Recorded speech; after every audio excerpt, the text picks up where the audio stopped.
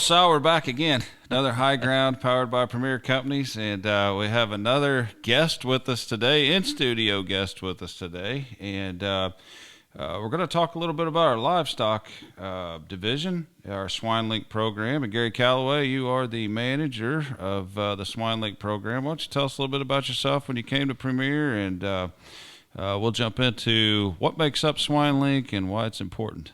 Well, I've been here for 28 years, and I'm vice president in charge of livestock production, which basically that's retail feed business, which is very minimal for us. And most of that is in our livestock production division called Swine Link.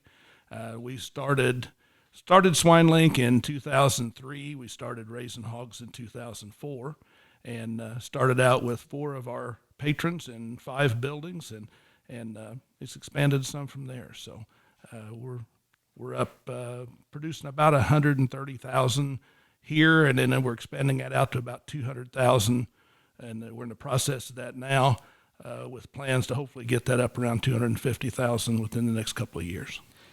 So we started off with 4 growers, and how many do we have now, Gary? We actually have 9 in here, and then we'll be expanding that out to probably 3, at least 3, maybe 4 more. So we'll be somewhere around 13, 14 growers, somewhere in that range. So we got 9 today, and then how many buildings do we have, right? We have 15 that we have in production today, and they're all the same size buildings.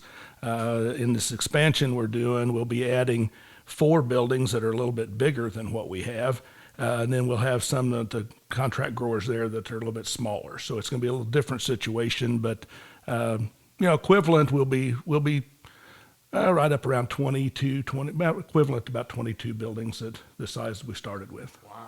Wow. So Gary, tell us a little bit about what kind of model do you have? Is it pharaoh to finish, wean to finish? I mean, you might explain the difference in that. We know that there's some familiarity with our audience and some not. Yeah, so we may even define what pharaoh means, because we got some folks who might be watching this that have no idea, really.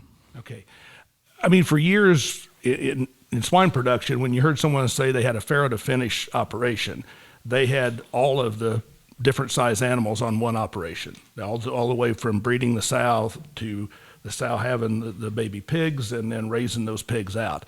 Ours is set up very different than that, and I've had a very unique opportunity here at the co-op because we started this from scratch. We didn't have anything to work with, so a lot of people that do this start with existing facilities and then have to build onto that. And we were unique in the fact that we started with nothing, and we could kind of design as we want.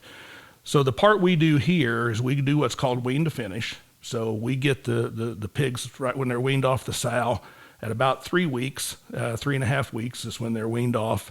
And they come into our buildings here, and they stay in those buildings until they go to market at around 275 pounds, something like that. So that'd be the cute and cuddly phase, right? We go from the cute and cuddly phase to the not so cute and cuddly phase after. They start out at that phase. It doesn't take long to get past that. You can cuddle with them at 290 pounds. It's probably against your will, I'm guessing. Sometimes you get a close meeting with them, but it's not exactly cuddly, I don't think. But But then we do. We get the pigs from sow farms in Western Illinois that we own part of.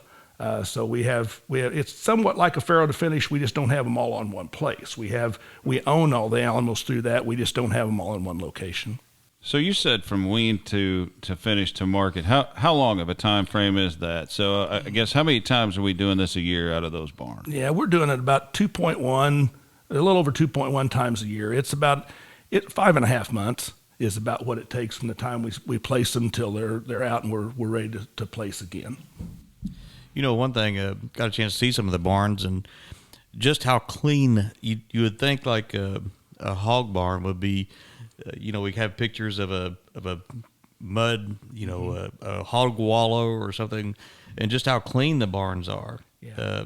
And I think we earned that. I mean, years ago in the continuous type operations, they never really hardly emptied out. I mean, there was animals going in and out all the time. With these, when we empty them, we empty the whole barn, and the whole barn is power washed each time and then disinfected before the new ones come in. So it it helps to keep it in a lot better shape as far as cleanliness. It's a lot easier to clean if you do it between each group. Plus the biosecurity, we want to wash that all down and disinfect it so we have as clean of an environment as possible when we bring these in.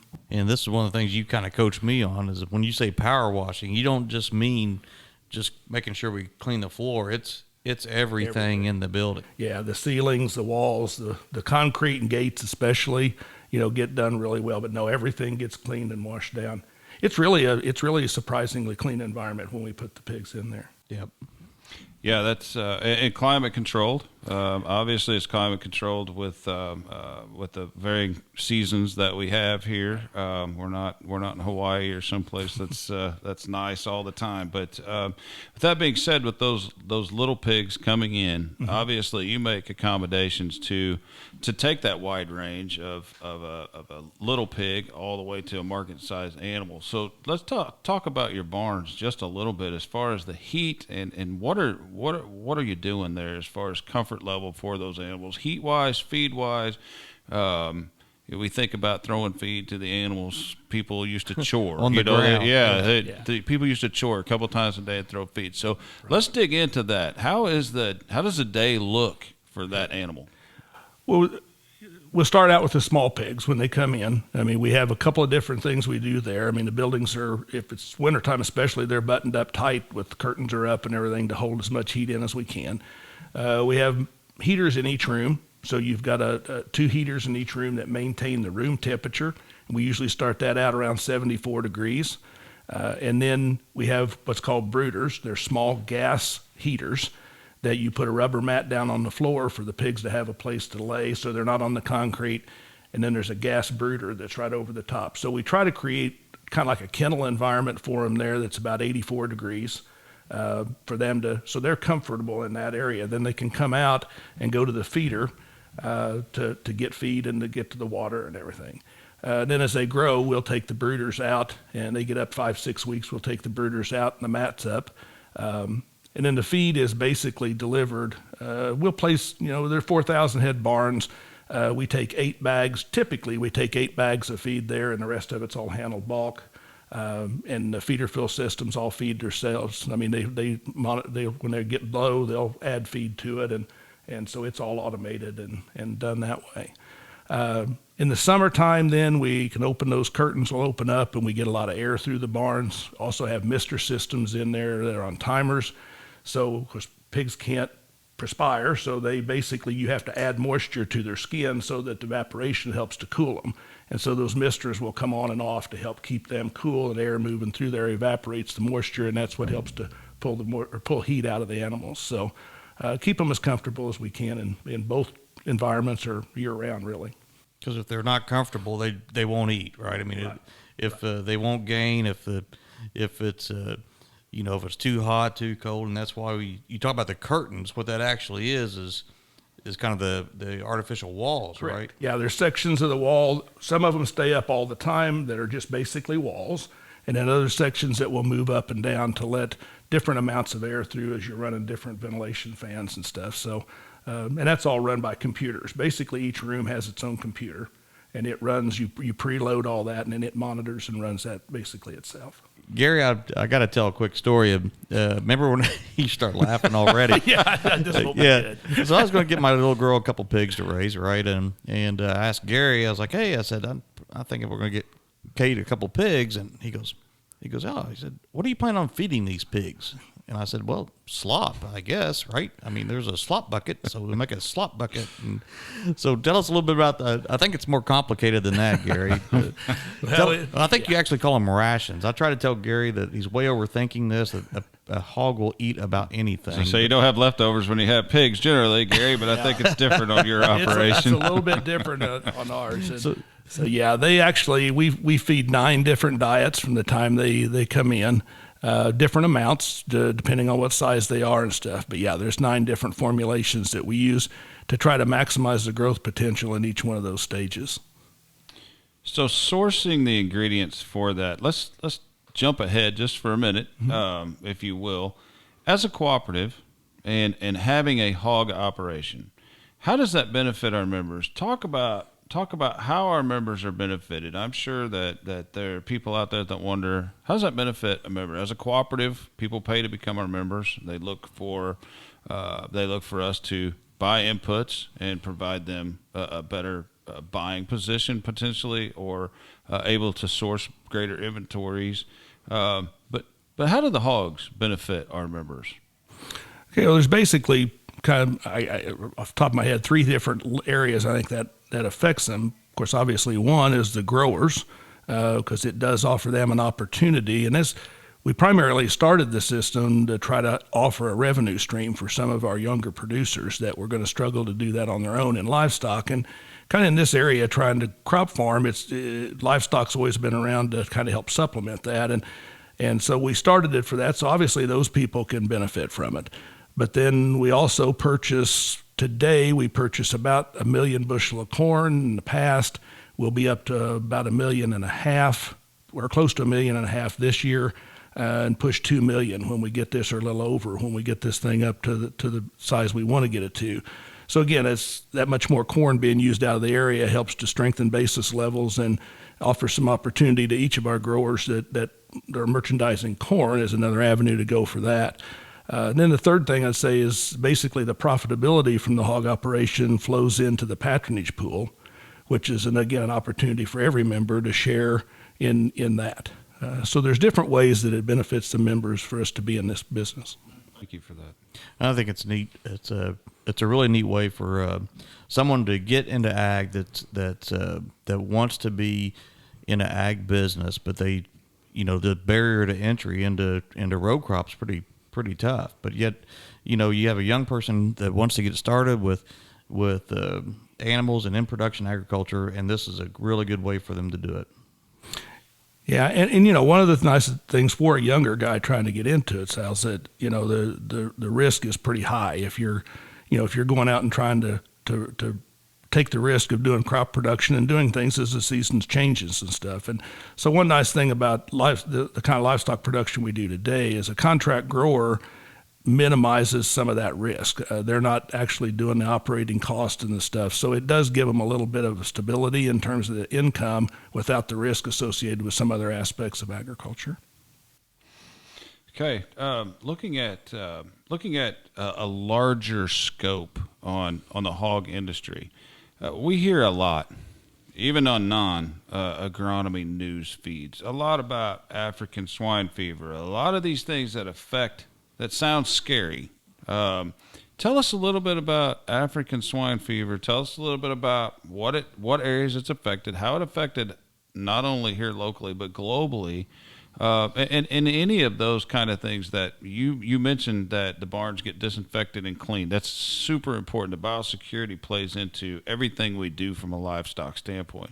So touch on the diseases. How does that affect the production? How does that affect the cost? What do we see? And this is nothing different than a global market like we're affected by in everything that we do. So dig into that overall view just a little bit. Okay. Well, diseases and the health aspect is probably the biggest threat that we have to production. It's going to affect our efficiencies as probably more than anything else we do. So again, we try to set the system up to be able to maximize our ability to control that.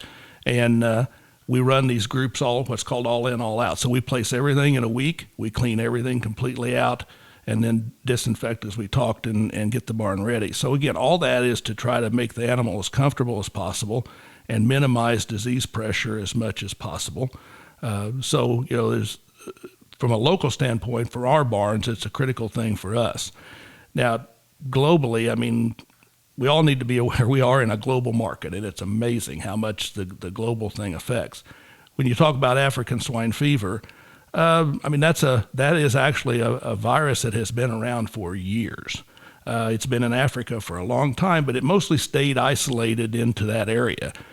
Several years ago, it branched out into the European community, and so they kind of got it in some of the areas there. But then recently, in the last few years, it got into Asia and primarily into China. And it's a really big deal because China is the biggest country people-wise. There's most people there, but it's the largest swine-producing country in the world. and it got into their herd and really had a devastating effect on their herd. Different numbers you hear, but at least cut it down to probably half what it was at one point. So it is a serious threat. It is not a threat to humans. It is a threat to hogs, but it's not a threat to really any other species of animal, and it's not an effect to humans at all. But it certainly is effective on hogs. And so, the biggest threat that we all deal with is if it gets in, if African swine fever is in the country, you basically are locked down on trading. So today we we export about close to a third of the production that we have nationwide in hogs. So if we have positive African swine fever tomorrow, that stops. And so once our borders close, all that product has to stay domestically. So it would be a devastating thing on pricing. It would be a devastating thing on the industry altogether. So it's a big deal. If we can, we're doing everything as an industry we can to try to keep that out of the United States and stuff. So, globally, it has really cut back on the production, and the more it cuts back production, the more it builds opportunity for us to export. So if we can maintain a free status and not have that, a positive case here, it creates a lot of opportunities for us down the road. The other thing that's unique about African swine fever is it's a very strong, it's a very hard virus to get rid of. It lasts for a long time in the environment and stuff. So once you get it there, it's very hard to get it stopped. Good thing is there's some really good research going on into vaccines that we've never had. So I think we'll have better controls down the road, but as of now, that's not been it's just not been effective at all. And so hopefully if we ever do get it, we'll have better means to control it, but best alternative is we don't get it at all. I was surprised. We talked about biosecurity, and as Gary kind of coaches me on how we raise the pigs, and we think about biosecurity, but it starts really locally about the farmers. Anyone that goes into that barn will take a shower before they go into the barn, and Gary and I talked about this, and I was like, "You mean like shower, like wash your hands and face?" And he goes, "No, it's a shower like you would at home, and then the clothes you put on once you enter into the barn are another set of clothes. You've got a changing room. So those boots and the clothing that are in the barns never leave. And I'm sure they leave to get washed. But they never leave that barn. And I think it's pretty neat that just the care of the animals and just the health of the animals are at the forefront of everything they do. Yeah, and actually in our barns the clothes don't leave. We have washer and dryers inside the barns, and so they do stay in there. So once it goes on what we call the clean side, they stay in there, and we even have most of the barns they have their own set of tools inside. On occasion, we'll have to have someone come in from the outside to work on something, but the general things that they do, they usually have tools that stay in the barn and stuff to try to minimize any cross exposure in and out as what we can. Kind of ironic that we call the inside of the hog building the clean side, and the outside is. So we from the animal perspective, though, that is the clean side, and right. The outside's dirty. So that's where we get it from. Absolutely. Yeah. Well, that's all good information. I appreciate that. I didn't prep you for any questions, but I'm going to throw one at you here, and you can get as deep or as shallow, or you can say you don't want to answer it. But we hear a lot about lab-based meats. We hear a lot about alternative protein sources coming into our systems. As a large-scale livestock producer, thoughts on that, behind that? I don't know, from an economic standpoint, from a health nutritional standpoint, what are the implications of that? How concerned are we today as large scale livestock producers about this gaining traction? Where do we see this going, and how quickly? Well, I think we have to be concerned about it. I think it's going to progress fairly rapidly. There's a segment of the consumers that are interested in that type of a program, and I think that'll continue to progress. I don't see some of that. Probably the plant-based products, I really don't see that getting very much traction. It's been tried quite a bit, but I don't know that that's going to get a lot of traction. I don't know that we know enough yet about the cell base. I mean, it's getting more attention and it's getting expanded some. Probably has some real potential, but again, I think there's just a segment of the market that's going to be interested in that. You know, one of the interesting things with the pandemic or the COVID stuff that we saw is there was actually an increase in domestic consumption of animal protein during that period of time. And, you know, you think about people being locked down at home and stuff that they might not be interested in doing that, but it was actually a very good time for meat production because demand domestically was very good. And with a growing expansion in the world, you know, if we can keep developing export markets and stuff, I think we can continue to expand our base. But so I think those things are there. They're going to be there. There'll be some interest in them. I don't see that's going to be a major effect on things, but I think it's something we got to be concerned about and keep an eye on. You know, we think about things like that are in the news, like energy independence and topics like that. It's pretty neat that we can grow. You know, we grow our own corn, and we have these hog houses that are locally owned and operated, and just to have that reliable food source. Boy, I think that's no one wants a hog barn right by them, but on the other hand, you've done a lot of things to mitigate some of the things that, what's the saying, that your neighbor's hogs always smell worse than your own hogs, right? But you've done some things to try to mitigate even the odors. I mean, these buildings aren't like open air buildings. And what's some of the things that we've done to try to do with the odor mitigation? Yeah, well, you know, the multiple diets that we feed helps with, you know, we're trying to get as efficient as we can with each one of those diets. And the more efficient we can get, the less excess nitrogen that comes off of those. And so, you know, that's a form of helping to try to control some of that as much as possible. Cleaning those buildings every time helps to keep from a buildup situation as far as that. And then there are some pit additives that we do use to try to help with the micro or the anaerobic process of breaking that manure down and stuff. There's still some smell associated with hog barns. I mean, it just, there still is. Now, someday maybe we'll get to a point where we can control it even better than what we can today. But, you know, if you look at the number of animals we have in a building today and you think about the older production systems that we used to have, there's a dramatic improvement in what we've been able to do and with the technology in the last several years. And I think that'll keep developing. We'll keep getting different things that's going to help with that. How far down the road is it going to be for us to really have kind of a complete control? I don't know. I think someday we will. But there's a lot of research being done on it, but I don't know exactly when that point's going to be, but it's much better now than it used to be. Well, that's it's all been good. I appreciate your opportunity, your willingness to come in and share a lot of this. Swine Lake is obviously a very important division of Premier, and we're thankful that we have it. We're thankful for the opportunity that it provides our membership as well. Anything else that you want to add to that, Sal? Any more questions for Gary? Well, I've got lots of questions. Right. Well, yeah. And we can cut them after you ask. Yeah, that's fine. Right. It Do doesn't any of them pertain to livestock? Well, if nothing else, Gary, thank you again for being here, and thank you for your management oversight. We're growing that operation, we're glad to be in animal livestock. We know that we'll probably have you back, and we'll talk about more of the livestock. It's always interesting. People like to hear about this and like to see about it. So thank you very much. Right. I appreciate the opportunity. Enjoy visiting with you about it. Thanks.